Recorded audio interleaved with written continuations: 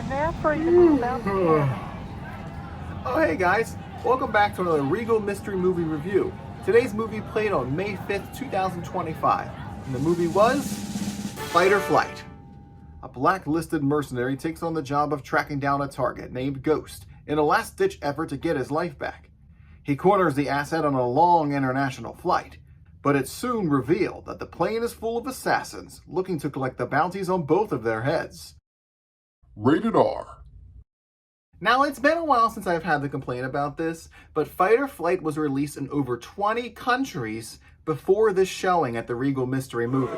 That includes both in theaters and on streaming. It's been readily available since December of 2024. These Regal Mystery Movies are supposed to be unreleased films. Yes, this movie doesn't come out till May 9th in America, but it's perfectly watchable globally already. Get it together, Regal. But I'll still take that sponsorship. Josh Hartnett plays Lucas Reyes, the man hired to find and protect the Ghost. Reyes is a fugitive from pretty much every law enforcement agency, but he is also a down-on-his-luck alcoholic who can't seem to stay upright. The handsome Josh Hartnett does a great job at bringing comedy and a little bit of emotion to this highly physical role. Charitha Chandran plays Isha, the flight attendant who helps Lucas with his investigation. She is a hilarious character whose sass and knowledge of the plane are vital to this mission. Charitha was really entertaining. I loved her panicked kind of fighting style. Katie Sackhoff plays Catherine Brunt, the handler who contracted Lucas for the Ghost job. She's a cold, conniving, calculating terror of a woman. Her character was really good for about 70% of the film, but there was a single line that completely destroyed her character for me. While she was watching some people do yoga, she called them the P word, for kitty cats. And that's totally fine, that's perfectly within her personality. But then she said, "I bet they give out participation trophies," and scoffed. This line felt super forced and out of place. Plus, it made her character feel weak because somebody as tough as her shouldn't really care about people like that. She went from being unbreakable to completely fragile. The rest of the supporting cast was a mixed bag. I enjoyed the other flight attendants and the pilots. The way the other flight attendants kept serving the non-combatant passengers was hilarious. Catherine's coworker Aaron was fine. The array of assassins left a bit to be desired. Our movie opens on a passed out drunk named Lucas Reyes. He's currently hiding in Thailand, which is where he's forced to stay, because he doesn't have a passport and he's on the no-fly list. He's contacted by his former coworker with a job. If he can manage to find, protect, and deliver an asset codenamed Ghost, then he can get his record scrubbed. When Ghost gets on a 17-hour international flight to San Diego, Catherine makes sure that Reyes can follow by getting him a plane ticket and a brand new passport. But shortly into the trip, it's revealed that most of the passengers on the plane are assassins, who are looking to kill both Reyes and the Ghost. Fight or Flight starts out really strong. Thailand is full of colors and great visuals. Lucas is immediately funny and likable. The movie is self-aware that it's a goofy action movie. There's just little jokes spread all over. Each flight attendant we meet is fun in their own way. The pilots joke about the plane crashing and becoming like Sully on the Hudson. The first assassin we meet has a solid backstory and motivation, and the fight sequences between him and Reyes are entertaining. However, as the movie went on, we began to learn less and less about the assassins. Now I get it, there's a lot of people on this plane, and giving backstories to all of them just isn't feasible. But when you watch the trailer for this film, it looks like some zany action flick. Over-the-top action, hallucinations, and 3 female monk warriors? It looks like a throwback film, full of crazy stereotype characters. But it isn't really, and I think that's a big missed opportunity. They could have done something as simple as giving each assassin a line or two just so they can show off an accent.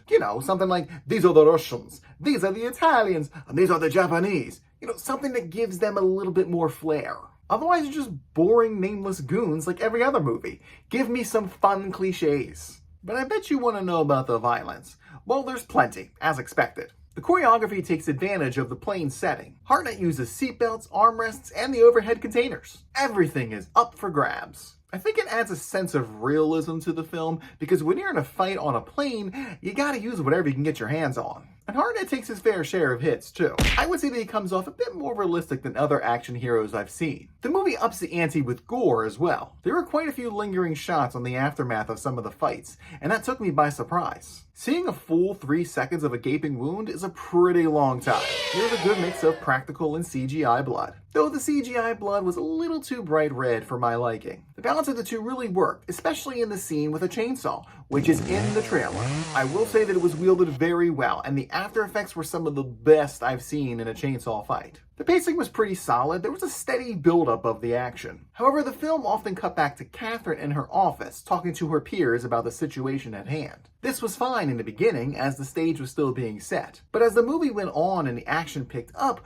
we were still going back to the office. This slowed the movie down, and to be honest, it felt like a cheap way to exposition dump on the audience. It's also when we got that terrible participation trophy line that destroyed her character. I don't think that the tension in the office matches the tension of the later film. The ending of the movie was a bit of a letdown. After all of the craziness that we saw, the ending just kind of faded away. There was a bit of a cliffhanger, not the kind of cliffhanger that begs for a sequel, but something just kind of open-ended. But for me, it wasn't enough. I think maybe another 5 minutes to give the audience some type of closure would have done wonders. A movie like this really needs a banger of an ending. Fight or Flight is a pretty goofy movie, a simplistic action comedy. If this movie was released like 20 years earlier or so, I think it could have been a smash hit. It just strikes me as a type of film that a group of friends would see because it looks funny. But with ticket prices costing $17 or more these days, it's not really cost effective to go see a movie because it looks fun. I've said it once and I'll say it 100 more times. Ticket prices are too expensive.